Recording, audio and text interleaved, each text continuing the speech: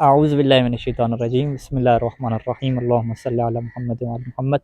اس وقت ہم جو ہے وہ بکھر میں موجود ہیں اور ہمارے قریبی دوست ہمارے رفیق نجف اشرف کے مولانا سید طاہر صاحب ہمارے سامنے موجود ہیں، اور 2 سالہ جو ہے وہ ان کی کوشش ہے مدرسہ جامع خیر البریہ جو نجف اشرف کے معیار کے مطابق یہاں پہ انہوں نے تعلیم کا سلسلہ شروع کیا۔ نصابی کتب ہو گئیں، فقہ اور قرآن کا درس ہو گیا، عقائد کا درس ہو گیا، اس والے سے ایک بہترین جو نصاب ہے وہ تشکیل دے کے اس مدرسے کا جو ہے وہ آغاز کیا گیا۔ یہ جو میرے پیچھے آپ دیکھ رہے ہیں بلڈنگ، یہ مدرسے کی ہے جو ابھی تک جو ہے وہ بنی نہیں ہے، ابھی جو ہے وہ بننی ہے، لیکن سید طاہر صاحب نے اس کا انتظار نہیں کیا کہ بلڈنگ بنیں گی تو ہم کیا شروع کریں گے، بلکہ انہوں نے یہ اس طرف آپ میرا دیکھیں گے کہ یہ ایک گھر جو ہے وہ ان کو کسی مومن نے دیا، تو اس گھر کے اندر جو ہے وہ انہوں نے جو ہے وہ تعلیم کا جو ہے وہ سلسلہ شروع کیا، اور 2 سال ہونے کو ہیں اور اسی گھر کے اندر جو ہے وہ تعلیم کا سلسلہ شروع ہے۔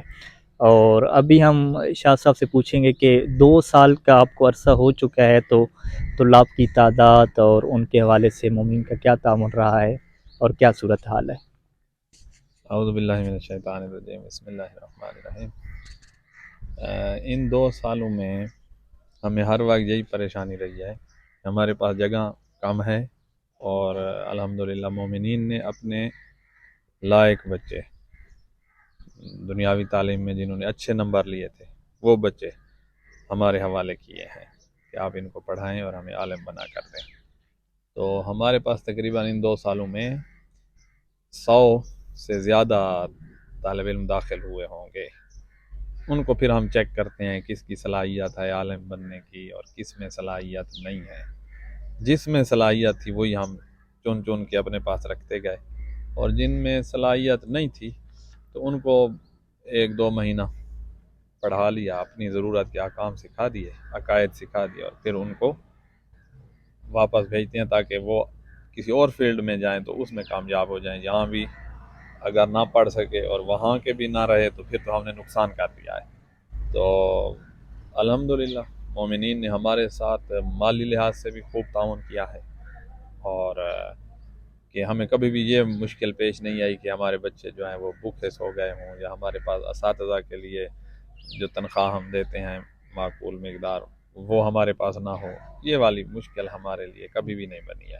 اچھا، طلاب کے حوالے سے ہم پوچھنا چاہوں گا کہ یعنی 100 طالب علم آپ کے پاس جو ہے بنیادی طور پہ تھے؟ 100 سے زیادہ داخل ہوئے ہیں، جی، ان میں سے ابھی ہمارے پاس جو ہم نے چنے ہیں ان میں سے وہی بچے ہوئے ہیں، تقریباً 55 طالب علم ہمارے اچھا، پاس یہ جو بچا ہوا ہے۔ طلاب ہیں یعنی ابھی پاکستان میں ہم مدارس میں دیکھ رہے ہیں کہ وہ سکول بھی پڑھتے ہیں پھر مدرسے میں پڑھتے ہیں، 2 ٹائم کے ان کے نظام چل رہا ہوتا ہے۔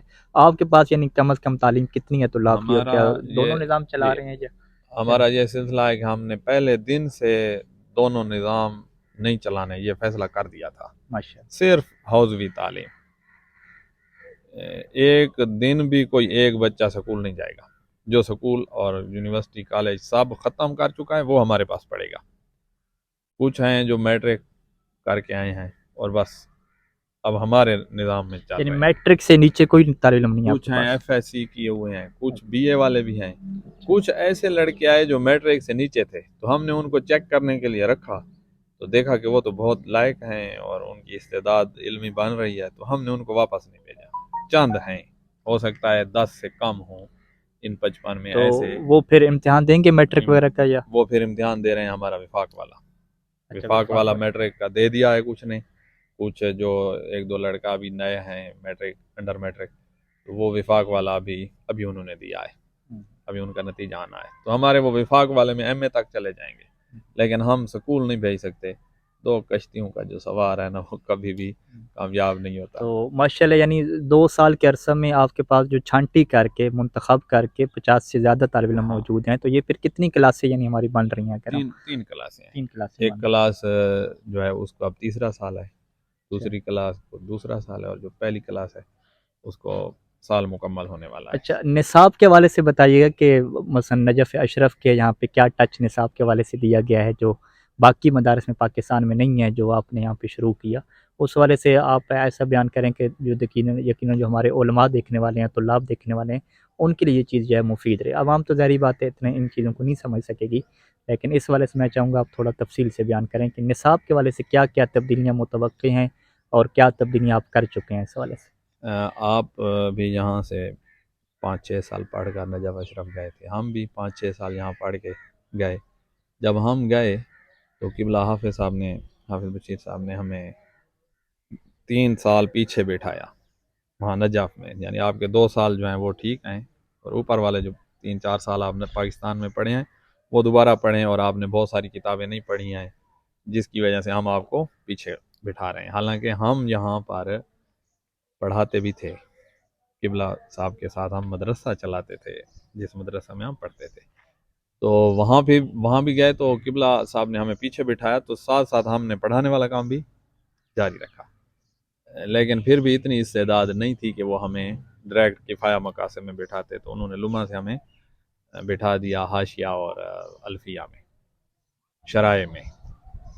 تو یہ کمزوری ایک تھی، خصوصاً فقہی لحاظ سے ہم کمزور تھے، پاکستان میں فقہ پر اتنا زیادہ فوکس نہیں کیا جاتا، بہرحال جتنی ہے کر رہے ہیں یہاں مدارس، تو یہ ہماری کمزوری تھی۔ تو اب ہم ساتھ دوسرا ہمارا جو مدرسہ ہے فیصل آباد میں تانلا والا، وہاں کا سٹاف ہم ہو گئے، قبلہ شیخ جعفر علی یاسوبی ہو گئے، اسی طرح نجف کے اور جو اساتذہ ہیں، ہم نے شاید 1 ہفتہ لگایا تھا، روزانہ میٹنگ ہوتی تھی اور نصاب طے کیا تھا۔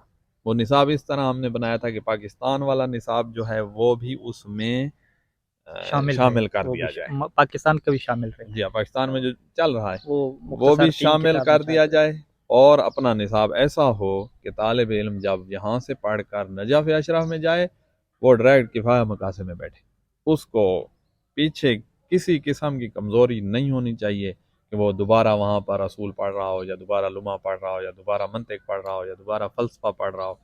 تو یہ جو ہے نا ہم یہاں پر اس کو خوب تیار کریں گے۔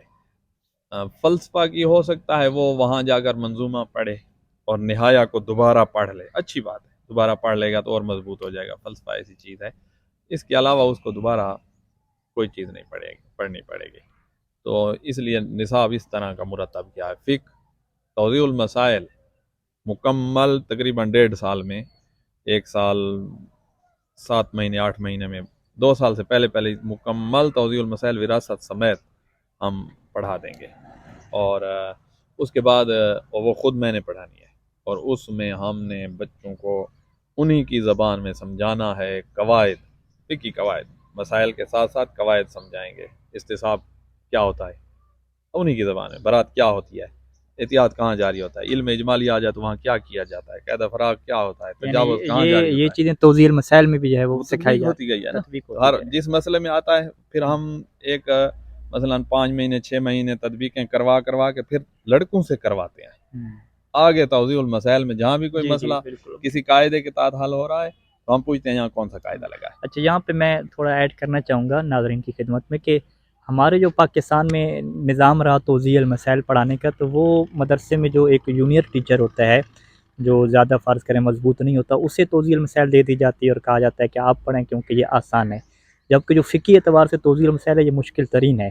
اور ابھی الحمدللہ یہاں پہ شاہ صاحب نے خود جو ہے وہ توضیح المسائل پڑھائی ہے، اور وہ بھی نجفی طریقے سے، نجفی انداز سے، کہ جو مسئلہ ہے اس کے پیچھے جو سورس ہے، جو دلیل ہے، جو قاعدہ کلیہ ہے اہل بیت علیہ السلام سے کی طرف سے عطا کیا ہوا، اس کی بھی جو ہے انہوں نے وضاحت کی ہے۔ اور 2 سال یہ مکمل کرنے کے بعد ابھی منہاج الصالحین بھی جو ہے یہ پڑھانا شروع کر چکے ہیں، جو کہ شاید ہم جب مدارس میں تھے تو ہم نے اس کا منہاج الصالحین کا نام تک جو ہے وہ نہیں سنا ہوگا، یعنی ہم نے منہاج الصالحین کا نام جا کے جو ہے وہ ادھر سنا نجف اشرف میں جا کے، اور یہاں پہ طلاب جو ہے وہ منہاج الصالحین کا نام، فقہی اصطلاحات، روایات کی طرف توجہ اور استنباط کی طرف توجہ، یہ ابھی سے ہے اور 3 سال ہے، تو انشاءاللہ ہم طلاب کو مزید دیکھیں گے، تھوڑا چیک بھی اس کریں گے۔ طریقے سے ہم نے جو ان کو فقہ پڑھا رہے ہیں نا، اس کا یہ مطلب نہیں ہے کہ ہمارے پڑھانے کی سپیڈ سلو ہو گئی ہے، ہم نے توضیح المسائل مکمل جو ہے وہ ہمارا 1.5 سال کا کورس ہے۔ اچھا، اس کی وجہ شاہ صاحب یہ ہے نا کہ یہاں پہ آپ کو دوام جو ایام ہیں دراست کے وہ زیادہ آپ کو مل سکتے ہیں، حوضہ نجف اشرف میں چھٹیاں تھوڑی ہوتی ہیں، ہماری چھٹیاں ہوتی ہیں اس میں ماہ مبارک میں، ماہ رمضان میں ہماری چھٹیاں ہوتی ہیں، اور محرم میں چھٹیاں ہوتی ہیں، اور فقط یعنی جمعے کی چھٹی ہوتی ہے، جمعرات کی بھی نہیں ہوتی، جمعرات کی چھٹی، اور ایام شہادت وغیرہ کی تیکر پھر وہ ہم یہیں پر شہادت کا جو سلسلہ ہے وہ یہیں پر کرتے ہیں۔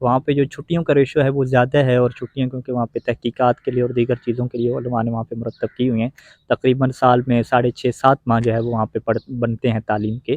لیکن یہاں پہ چونکہ ایک فائدہ یہاں پہ ایڈوانٹیج یہ ہے کہ یہاں پہ ٹائم ان کو زیادہ مل پاتا ہے، تو لہٰذا سپیڈ جو ہے وہ پڑھانے کی بھی زیادہ ہے، اور جو کوالٹی ہے پڑھانے کی وہ بھی جو ہے وہ اپنی جگہ پہ موجود ہے.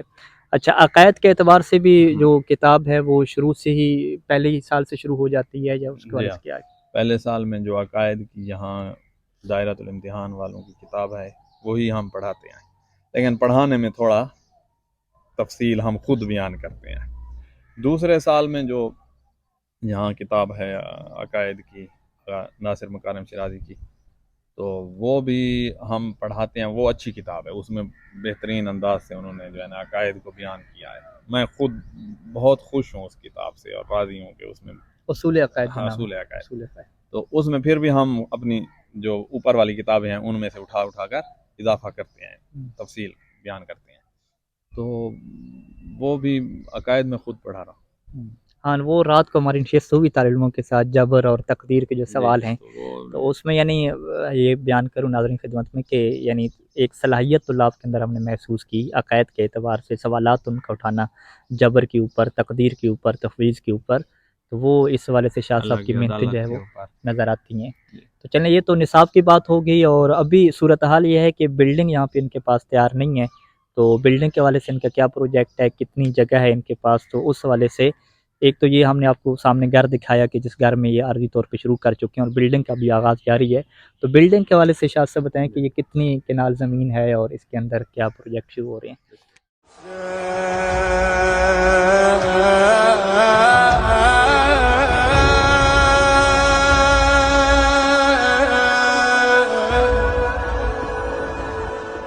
جی، یہ ویو تھوڑا گھما کے دکھا دیں سارا کہ کتنی جو ہے وہ جگہ بنتی ہے ہمارے پاس اور کیا صورت حال ہے. تو یہ کتنی جگہ ہوگی شاہ صاحب آپ کے پاس؟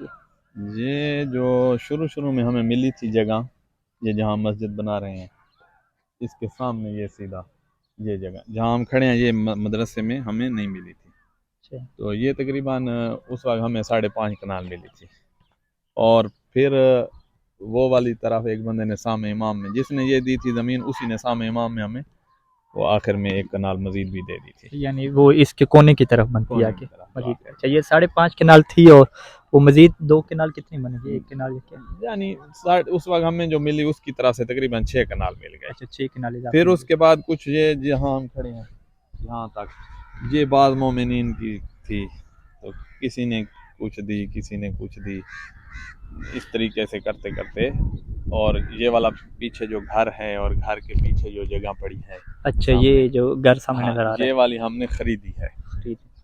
تو یہ اور اوپر بھی ہمارے پاس 2-2.5 کنال اس چار دیواری سے باہر بھی پڑی ہے بچیوں کے مدرسے کے لیے. اچھا، یعنی وہ بھی ایک پروجیکٹ ہے. تو ہماری ٹوٹل جو اگر وہ والی اور یہ ہے یہ گھر اور اس کے پیچھے والی یہ ملائی جائے تو تقریباً ہمارے پاس اب 15-16 کنال زمین ہے. ماشاء اللہ. 15-16 کنال زمین میں اس طرف مدرسہ بننا ہے، یہ ہاسٹل وغیرہ سارے بنے یہ گئے مدرسے کا. اس کی تقریباً 3 منزلہ عمارت بنے گی، جس میں ہم چاہتے ہیں کہ ہمارے پاس جو ہے 300-400 طالب علم کی رہائش کی جگہ ہم نے بنانی ہے. نہیں تو پھر ہماری وہی پریشانی ہوگی جو ابھی ہے. جب ہم شروع میں آئے تھے شیخنا، ہمارے پاس 1 کمرہ تھا، طالب علم تو آ گئے، 1 کمرے میں ہم کچھ طالب علم رہائش دیتے تھے، ساتھ والے مومنین کی بیٹھک میں کچھ، ادھر 1 کمرہ تھا مسجد کا، اس میں کچھ طالب علم رکھتے تھے. 1 باورچی خانہ ہمارا تھا، اس میں ہم اور استاد جو تھے وہ. اور پھر بتا رہے تھے کہ راجہ کبھی کیسے ہمیں ادھر مومنین کے گھر بھی 1 رات میں وہاں بھی کیا کہ جگہ ہی نہیں تھی، تو پھر ہمیں اور کمرہ جو جس کا گھر ہے اس نے بنا دیا تھا، ملک شریف، اللہ اس کو مزید توفیقات میں اضافہ فرمائے.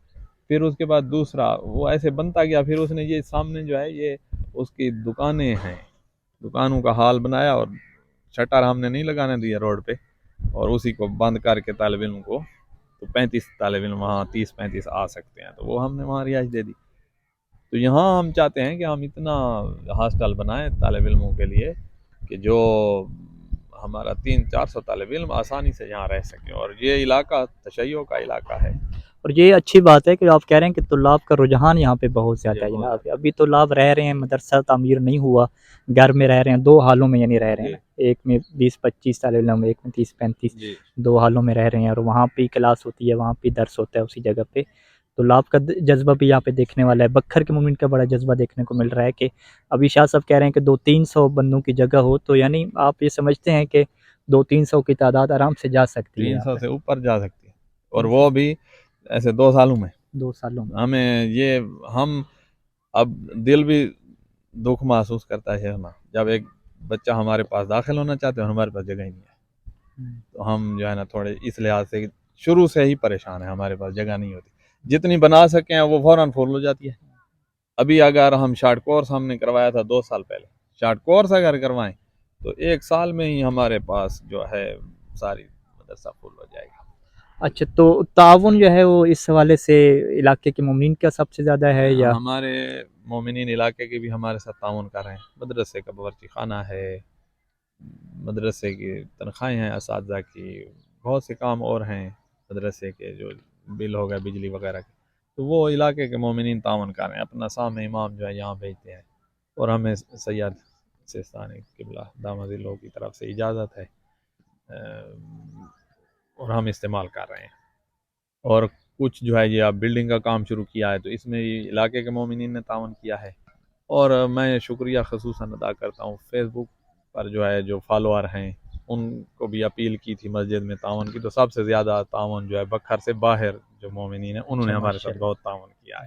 اچھا, ابھی کام مجھے نہیں لگ رہا ابھی ہو رہا ہو یہاں پہ, تو چھٹیاں وغیرہ کی ہوئی ہیں یہ بس جتنا فنڈ تھا ہمارے پاس ہم نے لگا دیا, تقریباً 55 سے 60 لاکھ تک. اچھا, اس کی جو فاؤنڈیشن بنی ہے نا اس پہ خرچ آیا ہے. مسجد بہت بڑی ہے, اس مسجد میں اس فرش پہ 700 بندہ نماز پڑھ سکتا ہے. یہ بیسمنٹ ہے, اس کے اوپر جو بنے گی اس میں بھی 700, یعنی تقریباً 1400 بندہ ہماری ہال میں فقط پڑے گا, ہال میں نماز پڑھے گا. پھر آگے یہ سین ہے, مسجد کا, یہ مسجد کی سین یہ ہے, مسجد کا سین, تو اس میں جو ہے اس جتنے ادھر ہوں گے 1400-1500 نمازی یہاں بھی آرام سے نماز پڑھ لے گا. پھر مدرسے کے سین کی ہائٹ ہم نے ایسی رکھنی ہے کہ اگر کبھی جلسہ ہوتا ہے یا بڑا کوئی پروگرام ہے تو وہ نماز کی صفیں جو ہے نا اتصال ہو جائے. باقی ہوتا رہے. تو مطلب ابھی فنڈ جو ہے وہ نہ ہونے کی وجہ سے یہ کام رکھا ہوا ہے. تو میں مومنین کی خدمت میں یہ رکھنا چاہوں گا کہ ایک سنہری موقع ہے آپ کے پاس کہ اگر آپ اپنا حصہ ڈالنا چاہتے ہیں محمد و آل محمد کے دین کے لیے اور احیاء امر اہل بیت علیہ السلام کے لیے,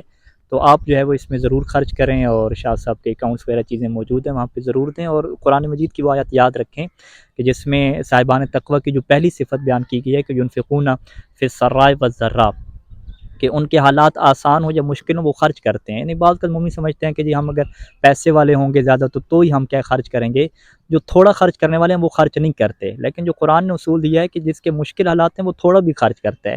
جب معاشرے کے سارے لوگ جب خرچ کرنا شروع کر دیتے ہیں نا, کہ جن کے پاس تھوڑا پیسہ ہے اور مشکل حالات ہیں وہ بھی تھوڑا تھوڑا عطا کرنا شروع کر دیتے ہیں, تو اس میں بہت بڑی برکت پیدا ہوتی ہے, اور قطرہ قطرہ مل کے جو ہے وہ سمندر بنتا ہے.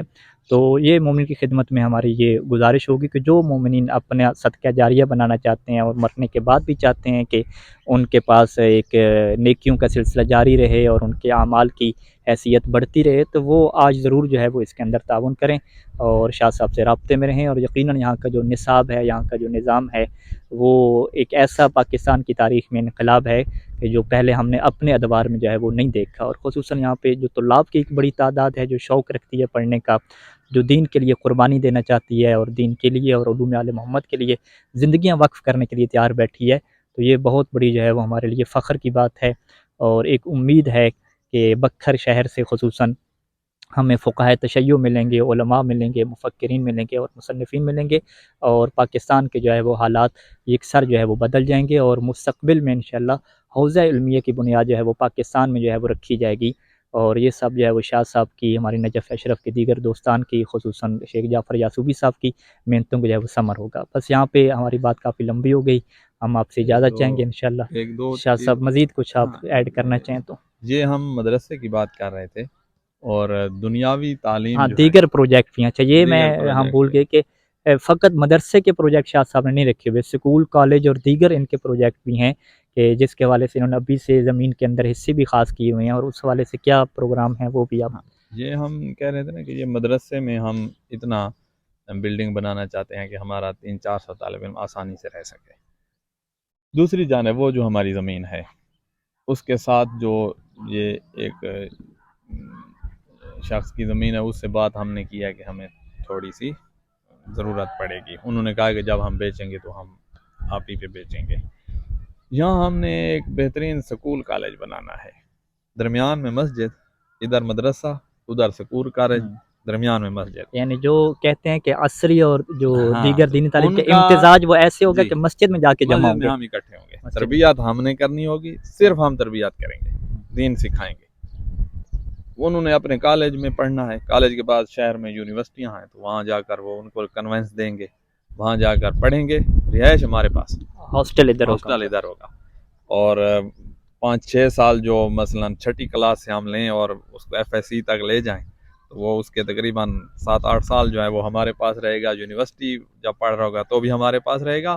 تربیت والا کام ہم کریں گے, پڑھائی ادھر والی مدرسے والی پڑھائی نہ.